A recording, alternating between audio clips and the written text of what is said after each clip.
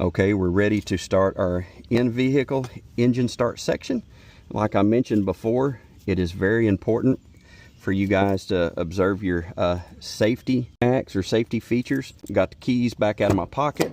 Anytime you get in or out of the truck, you have to get in and out of the truck facing the cab using 3 points of contact. Okay, and like I told my students, your butt hits the seat, seatbelt goes on.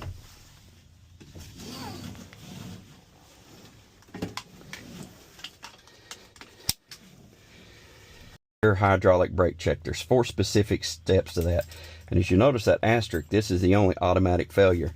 Just real briefly, your 4 steps or your 4 checks are: you got to build your truck pressure up to governor cutout. Second one is your 1 minute hold. You press the service brake and make sure you cannot lose any more than 3 psi in 1 minute. Your third check is I'm going to fan my brakes down to where I get an audio visual alarm to approximately about 60 psi. Then I'm going to continue to fan until my service brake pops out. Those 4 tests right there, or those 4 checks, are the ones that can automatic fail you. Once you get past those 4, you can take a kind of a little sigh of relief, because at that point they're worth points and not an automatic failure. All right, examiner, I'm going to perform a safe start. My brake's set, truck's in neutral. I'm going to go ahead and start my truck. It does get a little cumbersome in here looking at your checklist and trying to observe your gauges, but please still stay with your list. It's very important so you don't forget anything. Okay, my ABS light went on and went back off. I'm going to assist my truck up to about 1500 RPM. My governor should cut out at approximately 120 to 140 PSI, and that's going to be my first check.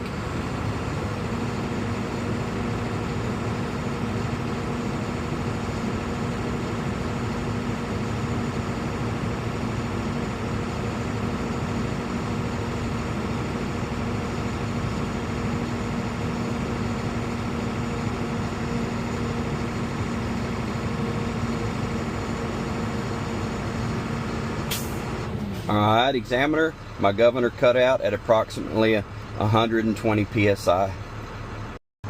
Okay, after our governor cut out, we'll shut the truck off. The next things you do is beyond mega important to pass your next 3 checks. There's 2 different scenarios if you have a standard like we do, or if you have an automatic transmission. I teach my kids for the standard transmission, in, on. Has to be done. It has to be in gear, brake pushed in, and your key on. Key on to where it's energized and you see your gauges sweeping. Which the only difference between an automatic transmission, you'd have your brake pushed in, your key on, and your transmission would be in neutral since we still have our chocks out. Okay, our next step is 1 minute hold on our service brake, and we cannot lose any more than 3 psi. Let's go ahead and get my timer out. I'm going to push my service brake. I'll watch my pressure settle out, and I'll start my time. When you're sitting here in front of an examiner, it is a long 60 seconds. Still holding just fine, just above 90 psi. 960, there's a minute. Okay, examiner, I held my service brake for 1 minute and didn't lose any more than 3 psi. Okay, my third check is I'm going to fan my brakes down to around approximately 60, and I should get an audio and visual alarm.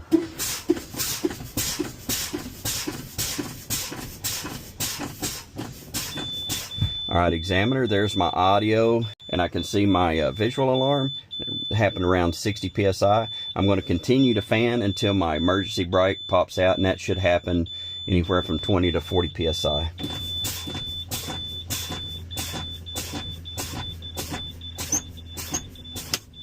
All right, there's my brake pop out. Turn that off so we can talk. Those 4 checks are your automatic fails. First is governor cutout. Then we get our truck ready. Second is hold your brake for 1 minute. Can't lose any more than 3 psi. Third, fan down to approximately 60. You should get an audio and visual alarm. Fourth is fan down to approximately 20 to 30, and you should get your emergency brake pop out. All right, now that we've survived our automatic fail, those 4 checks, we have to get out and remove our chocks. So I'm going to tell the examiner, got the keys with me, going to put them in my pocket. And then once again, when we get out of the truck, face the truck using 3 points of contact.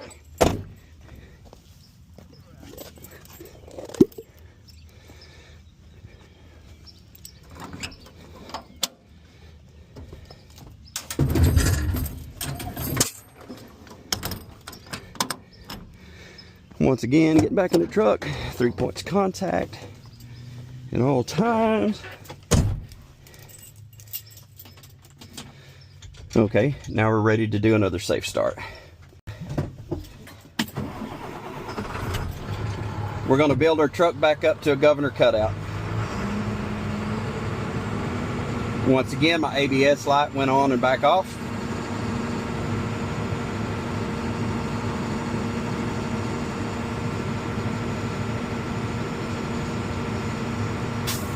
All right.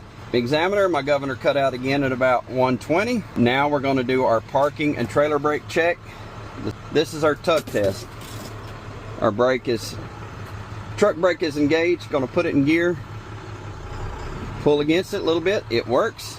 Now, since we're electrical brakes, we'll do the same thing. We'll release our truck brake, engage our trailer brake down here. So give it a little tug. It works. Let's see what's next on the list. Service brake check. This is our roll test. I'm going to roll forward approximately 5 miles an hour and see if the steering wheel pulls to the left or the right.